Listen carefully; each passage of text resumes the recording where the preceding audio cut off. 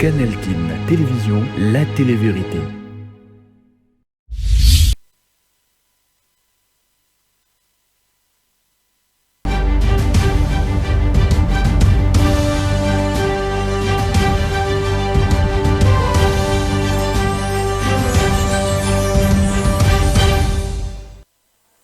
Bonsoir mesdames, bonsoir messieurs et bienvenue à la session d'information de ce vendredi 19 juin 2026.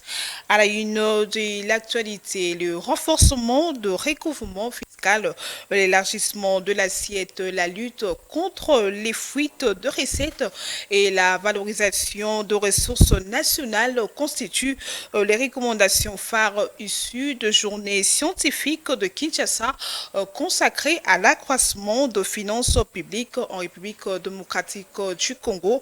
Ces assises se sont clôturées en présence du président de la Commission économique et financière de l'Assemblée nationale, le député national Guy Mafuta Kabongo. Suivez.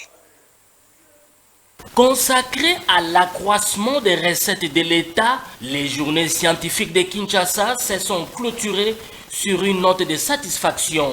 Et c'est en présence du président de la Commission économique et financière de l'Assemblée nationale, Guy Mafuta Kabongo, qui a appelé les parties prenantes à transformer en actions concrètes les recommandations issues de ces travaux. À l'unanimité, les intervenants ont plaidé pour une gestion plus rigoureuse, scientifique et efficace des finances publiques en République démocratique du Congo.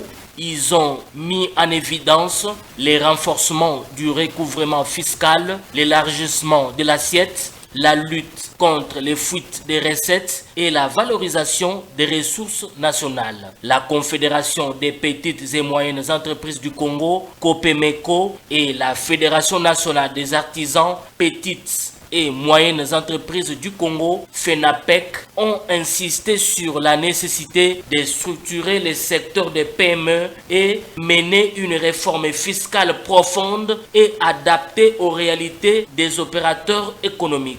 Au gouvernement d'accélérer la mise en œuvre des conclusions issues de ces assises et à l'Assemblée nationale de renforcer son contrôle sur l'exécution des budgets des régies financières pour l'amélioration des recettes publiques. Telles sont les recommandations du député national Guy Mafuta Kabongo. Comment accroître les recettes de l'État? 3 jours pour dégager clairement les pistes suivantes. Mieux recouvrer, mieux taxer, mieux valoriser, moins de fuites, plus de justice fiscale, plus de science, moins d'improvisation. À cet effet, j'invite le gouvernement à accélérer la mise en œuvre des recommandations issues de ces travaux en termes de réforme. Nous demandons à l'Assemblée nationale de veiller particulièrement à l'évaluation des assignations budgétaires des régies financières pour garantir le bien-être de nos concitoyens. Sachez également que la coopération bilatérale entre la République démocratique du Congo et les Émirats arabes unis se consolide davantage dans les secteurs des transports grâce au savoir-faire du vice-premier ministre en charge de transport, voies de communication et désenclavement, Jean-Pierre Bemba Gombo. En mission officielle aux Émirats arabes unis, le vice-premier ministre Jean-Pierre Bemba Gombo s'est entretenu avec plusieurs personnalités clés de ces pays dans la région du Moyen-Orient. La République démocratique du Congo consolide sa coopération avec les Émirats arabes unis dans les secteurs des transports. Et c'est à travers cette séance de travail tenue à Dubaï entre le vice-premier ministre en charge des transports, Jean-Pierre Bemba, et le vice-président de la compagnie aérienne Emirates. Les discussions ont gravité autour de la desserte aérienne de la RDC grâce à la compagnie Emirates. Initialement programmée pour le mois de juin 2026, l'ouverture de cette liaison a été différée en raison des contraintes sécuritaires et opérationnelles observées dans la région du Moyen-Orient. Une nouvelle échéance sera communiquée en fonction de l'évolution du contexte sécuritaire. Poursuivant sa mission officielle aux Émirats Arabes Unis, le vice-premier ministre, ministre des Transports, Voies de communication et désenclavement, Jean-Pierre Bemba, s'est également entretenu avec le ministre du Commerce extérieur des Émirats Arabes Unis, Dr Thani bin Ahmed Al-Zeoudi. Au centre des échanges, les suivis des projets stratégiques en cours, parmi lesquels les partenariats avec Abu Dhabi Port, ainsi que les perspectives de nouveaux investissements et de coopération économique entre la RDC et les Émirats Arabes Unis. Les activités de la riposte contre la maladie à virus Ebola des membres du gouvernement central sont arrivés le jeudi 18 juin 2026 à Bunia, chef-lieu de la province de l'Ituri. Il s'agit du ministre de la Santé publique, Hygiène et Prévention sociale, le docteur Roger Samuel Kamba, et celui de la communication et médias, porte-parole du gouvernement, Patrick Mouyaya. Suivez. Deux membres du gouvernement central sont arrivés à Bunia, chef-lieu de la province de l'Ituri, en vue d'évaluer les activités de la riposte contre l'épidémie d'Ebola. Il s'agit du ministre de la Santé publique, Samuel Roger Kamba, et celui de la communication et médias, Patrick Mouyaya. S'inscrivant dans les cadres du suivi des actions menées sur terrain pour arrêter la propagation de la maladie, cette mission est la troisième organisée par le gouvernement de la République dans l'intervalle de 30 jours depuis la déclaration de l'épidémie d'Ebola. Merci beaucoup. C'est quand même la deuxième fois que je reviens avec le ministre de l'Information, mais c'est la troisième fois que je viens depuis le 15 mai dernier quand nous avons déclaré cette épidémie. On revient pour deux raisons. La première, c'est qu'on doit évaluer la riposte au bout de 1 mois pour voir quelles sont les forces et quelles sont les faiblesses. Parce que dans toute œuvre humaine, il y a toujours des points à améliorer. Donc on revient pour faire le point sur la riposte et voir comment est-ce que nous mettons tous les moyens pour que cette riposte soit à la hauteur de cette épidémie qui est majeure. Deuxièmement, vous savez qu'il y a un nouveau gouverneur qui est arrivé. Et donc, nous devons le rencontrer pour voir ensemble comment est-ce que nous continuons cette collaboration dans ce contexte épidémique. Parce que nous avions déjà discuté longuement avec le gouverneur qui était là avant. Nous voulons voir maintenant comment est-ce que nous continuons cette discussion avec le nouveau gouverneur. Causée par la souche Boudi-Boudio, pour laquelle il n'existe actuellement aucun vaccin ni traitement homologué, la 17e épidémie de la maladie à virus Ebola a été déclarée officiellement en République démocratique du Congo le 15 mai 2026.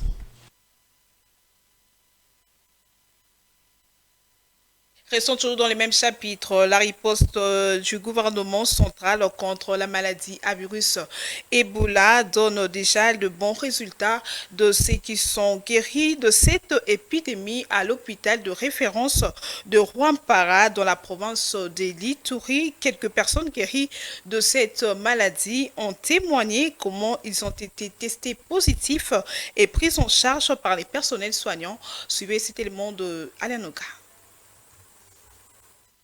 L'épidémie d'Ebola étant déclarée officiellement par le gouvernement de la République démocratique du Congo et confirmée par l'Organisation mondiale de la santé, depuis lors, cette maladie a déjà emporté les soignants, les médecins, les infirmiers et le personnel paramédical. Cependant, après la riposte pour contenir cette maladie, l'on a enregistré bon nombre de gens qui ont été guéris après avoir été contaminés. C'est le cas de Mireille Kaindo, médecin intervenant pour sauver ceux qui sont frappés par le virus Ebola dans les zones touchées. Cette médecin témoigne ce qui lui est arrivé et dit qu'elle a été avec ses collègues à la clinique Gloria, touchée notamment par la fièvre, la diarrhée, est devenue assez faible et c'est après avoir été testée positive. Elle a été prise en charge et guérie.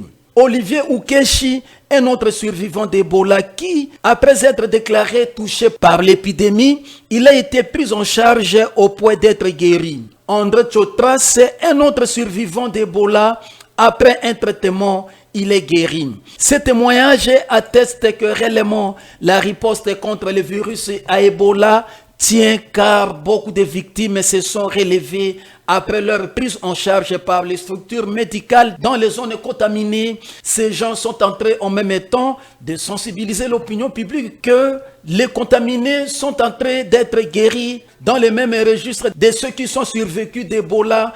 L'on a dénombré 7 à l'hôpital général des références de Ouapara en Ituri.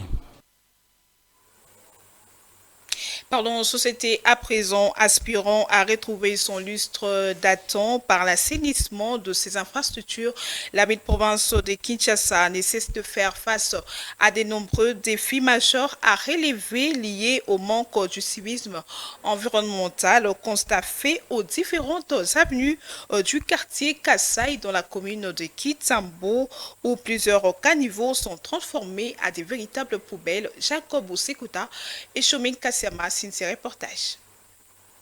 Pendant plusieurs semaines, des tas d'immondices sont restés abandonnés dans les abords de la route, exposant les habitants à des risques sanitaires et contribuant à l'insalubrité du cadre de vie. Ces situations suscitant de nombreuses plaintes de la population qui s'interrogeait sur les sorts réservés à ces déchets. Après un mois d'attente, les services de l'hôtel de ville sont finalement intervenu pour évacuer ces saletés à l'aide d'un gros véhicule. Une opération qui a été accueillie avec satisfaction par le riverain, soulagé de voir disparaître ces immondices qui défiguraient leur environnement.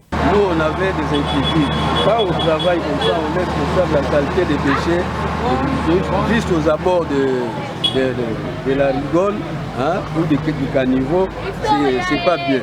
Parce que partant des pluies, toute la saleté enlevée du caniveau va revenir. C'est bien comme ça, comme il y a les véhicules, les excavateurs, les caterpillars qui fait le travail.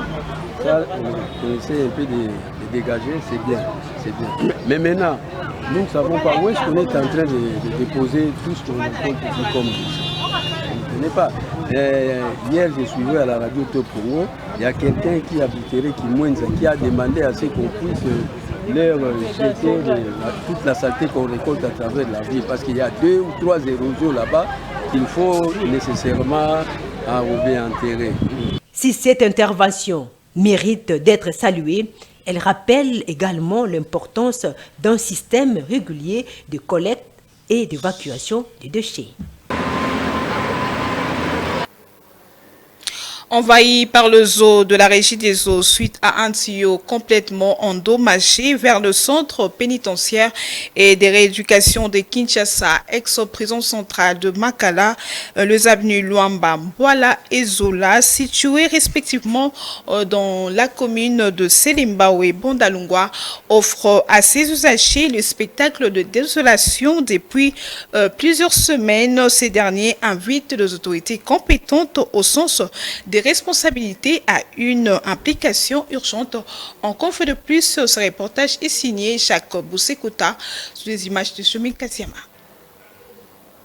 Les habitants de l'avenue du 24 novembre vers l'arrêt Bambolé dans la commune de Ngiringiri déplorent la qualité des travaux réalisés par la Régie des eaux. Selon eux, les anciens tuyaux ont été remplacés afin d'améliorer la desserte en eau potable dans le quartier. Cependant, certains tuyaux vétustes et troués n'auraient pas été changés. Ce qu'empêche toujours l'eau d'arriver correctement dans plusieurs ménages, déclare une dame qui habite le coin.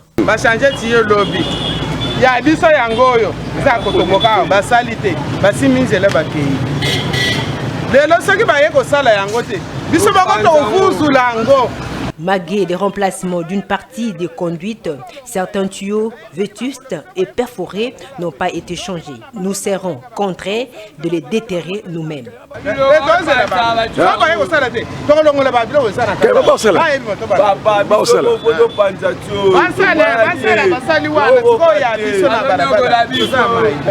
Par ailleurs, les travaux ont laissé des tranchées qui compliquent la circulation de piétons. Les riverains estiment que les travaux n'ont pas été achevés convenablement. Dans la ville de Bunia, épicentre de l'épidémie de la maladie à virus Ebola dans la province de l'Ituri, la ministre d'État, ministre des Affaires sociales, Action humanitaire et solidarité nationale, Eve Bazaïba Massoudi, mène une lutte acharnée contre la stigmatisation des enfants atteints du virus Ebola. Déclaration faite au cours d'un briefing presse organisé dans la province de l'Ituri. Suivez Eve Bazaïba dans ses propos recueillis. Suivez. Lorsque les parents sont malades, si ces enfants ne sont pas correctement pris en charge et que les parents sont conscients, ça aggrave encore la situation des parents qui sont malades. Et les cas aussi des orphelins, cette fois-là, vous voyez, les orphelins dont les parents sont décédés d'Ebola sont souvent l'objet de stigmatisation et à partir des contacts, on a peur de prendre en charge ces gens d'enfants. Et nous, avec les partenaires de l'UNICEF, donc nous, quand je dis nous, c'est le gouvernement, nous nous en occupons. Nous occupons aussi des personnes déplacées. Pour le moment, je suis venu essentiellement pour le cas des enfants. Il y a plusieurs camps de déplacés internes ici. Avec la promiscuité, c'est difficile d'installer tout ce qu'il y a comme mesures barrières de prévention parce que la meilleure action que nous pouvons faire, c'est la sensibilisation, c'est la mise en œuvre de toutes les mesures barrières, mais il est difficile de le faire au niveau des camps de déplacés. Nous faisons quand même des efforts pour y accompagner avec tout ce qu'il y a comme processus lavage des mains, désinfecter des lieux et tout ça. Voilà un peu le travail dans l'ensemble que je suis venu faire ici à Ituri. Je venais de le faire aussi à Isiro. Je suis rentré hier. Vous connaissez qu'à Isiro, la situation... Parlons sport à présent au quartier Matongé, situé dans la commune de Kalamou. Les leaders de Zasbel dénommé Comité national de soutien aux léopards et fraternité quinoise Lolo Mosango et Alain Boussi, accompagnés de leurs membres, ont célébré la prestation de la République démocratique du Congo face au Portugal lors du match comptant pour la première journée du groupe K de la Coupe du Monde FIFA 2026. Suivez. Les membres du Comité national de soutien aux léopards et ceux de la fraternité quinoise ont fait bloc au quartier Matongé dans la commune de Kalamou pour suivre avec sérénité la grande rencontre sportive qui a mis aux prises les léopards de la République démocratique du Congo et la sélection nationale du Portugal de Cristiano Ronaldo dans le cadre de la Coupe du Monde FIFA 2026. Après le nul historique arraché par la RDC face au Portugal, l'ambiance a été électrique au quartier Matongé de Kinshasa et c'est en présence de Lolo Mosango et Alain Boussi, respectivement, leaders de deux célèbres asbels dénommés Comité national de soutien aux léopards et Fraternité quinoise. Satisfaits de la prestation magistrale des léopards, les Congolais demeurent confiants pour la suite de la prestigieuse compétition du mondial de la FIFA 2026. Nous avons une équipe, que personne ne nous trompe, nous avons une équipe. On a fait un match nul avec le Portugal. Je crois qu'à la lire où nous allons passer au deuxième tour. C'est ça ma conviction. C'est pour ça qu'on a eu des événements. Dans le moment où on va passer la vie, nous avons nous libérer par victoire. Récit des gars dans le domaine, nous avons allé à l'auteur, et si nous faisons ce moment, nous avons la banatine, la fraternité quinoise,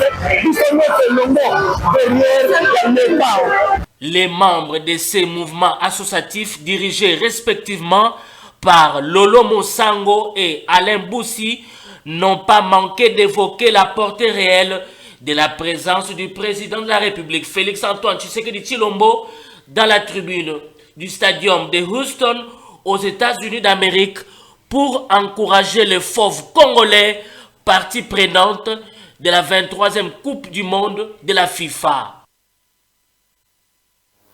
Les matchs de la République démocratique du Congo contre le Portugal, match comptant pour la première journée du groupe K de la Coupe du Monde FIFA 2026, s'est soldé sur un score d'un but partout. Le nul historique arraché par le fauve congolais face à la sélection du Portugal de Cristiano Ronaldo a suscité une joie immense auprès de membres de la diaspora congolaise et africaine qui ont suivi cette rencontre choc en l'ambassade de la République démocratique du Congo au Portugal. Clavier Ladiakoussinti, reportage.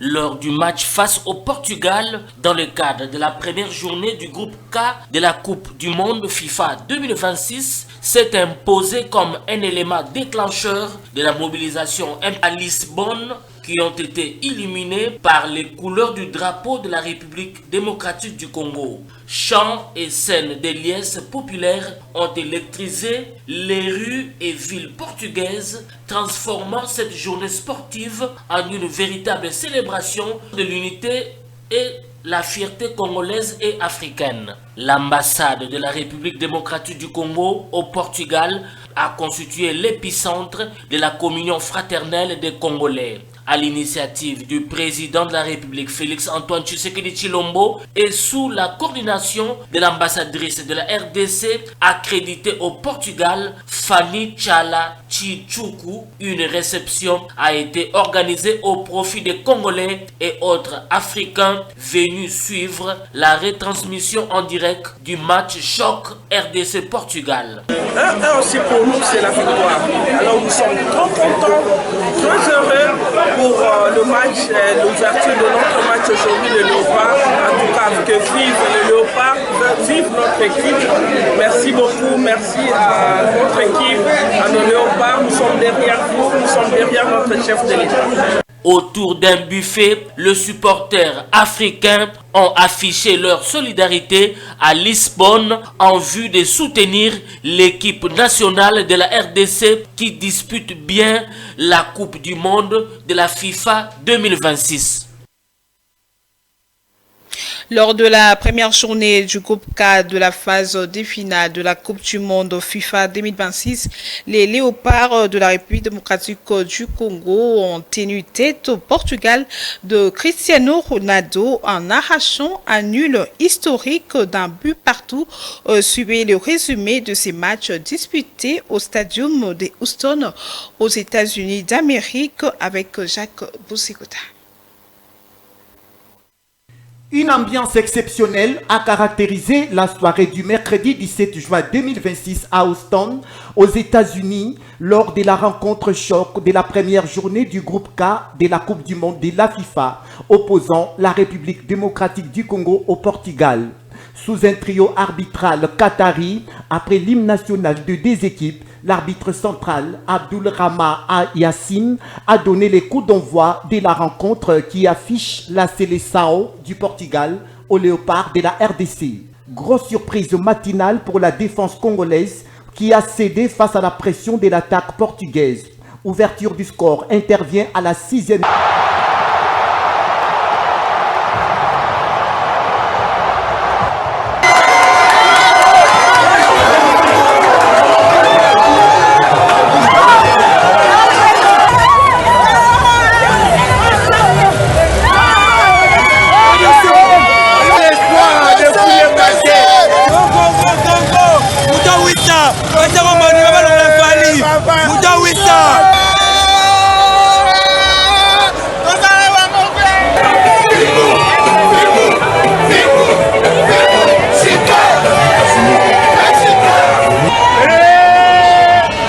En présence du chef de l'État congolais Félix Antoine Tshisekedi Tshilombo, cette magnifique réalisation de Yohan Wissa a électrifié les sièges de tous les supporters congolais.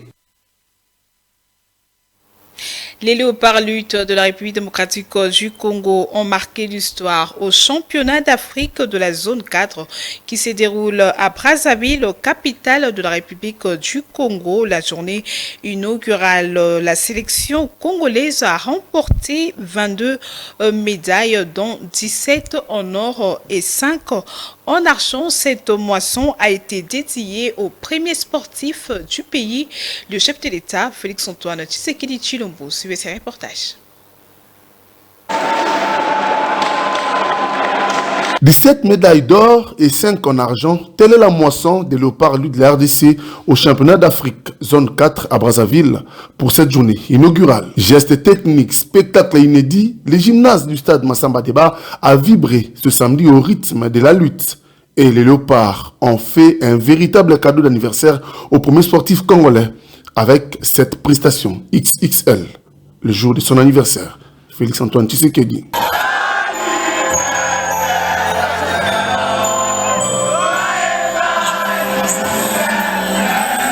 Du côté des athlètes et du staff technique, les sentiments est le même, la joie et fierté. La victoire n'est pas facile parce que mon adversaire était aussi un bon lutteur, mais on a donné ce qu'on pouvait et Dieu a fait grâce, on a gagné. L'objectif des objectifs, c'est de remporter la médaille d'or olympique.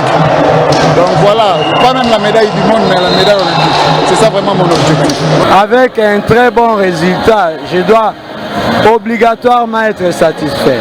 Je demanderai alors aux coachs des autres nations de bien préparer leurs athlètes. Le numéro 1 de la FECOLUTA, l'honorable Eric Kinzambi, lui pense que la RDC a retrouvé sa place dans les concerts de cette discipline, tant en Afrique qu'au niveau mondial. Et on a marché sur tous parce que nous travaillons. On était décidé vraiment à faire rehausser le niveau de la lutte en Afrique centrale. Raison pour laquelle on nous a même attribué l'organisation des championnats d'Afrique l'année prochaine. Nous travaillons durement, vous avez vu le niveau de nos athlètes, mais cela ne veut pas, nous ne devons pas nous vanter. Il faut encore travailler plus parce que les amis du Maghreb sont plus que nous. Ce dimanche à Kintele, ça sera le tour du beach wrestling pour la clôture et la RDC espère encore frapper un grand coup.